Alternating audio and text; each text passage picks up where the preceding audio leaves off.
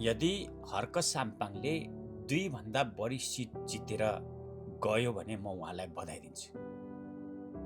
तर अहिलेको केसमा अनेस्टली एनालाइसिस गर्ने भने हर्क साम्पाङले जित्ने सम्भावना भनेको धरानमा मात्र देख्छु। त्यो पनि उहाँको पपुलारिटीले। अरू ठाउँमा जति पनि उम्मेदवारहरू उठाउँदै हुनुहुन्छ, जित्ने सम्भावना मैले देखेको छुइनँ।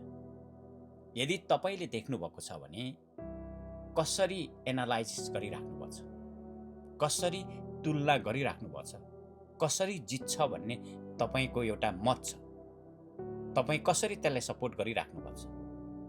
धरानमा पनि यदि अरू ठुलो मेजर पार्टीहरू मिल्यो भने हर्क साम्पाङले लडाउन सक्छ। यो सम्भावना प्रबल छ र लडाउने कोसिस हुन्छ नै, किनभने राजनीति भनेको छलकपट नै हो। राजनीति भनेको एकअर्कामा ढाल्नु नै हो, एकअर्कालाई लडाउने नै हो।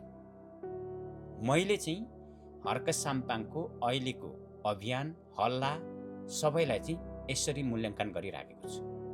तपाईको मूल्याङ्कन फरक छ भने कसरी फरक छ, किन जित्छ, कति सिट जित्छ, तपाईको विश्लेषण, तपाईको भविष्यवाणी के छ, अनि त्यो भविष्यवाणीलाई एउटा प्रमाणित गर्नको लागि एभिडेन्सहरू के छन्, अवश्य नै हामीलाई बुझाउनु होला, अरू नेपालीहरूले बुझाउनु होला, ताकि हामीले पनि विश्वास गर्न सकौँ। Thank you so much.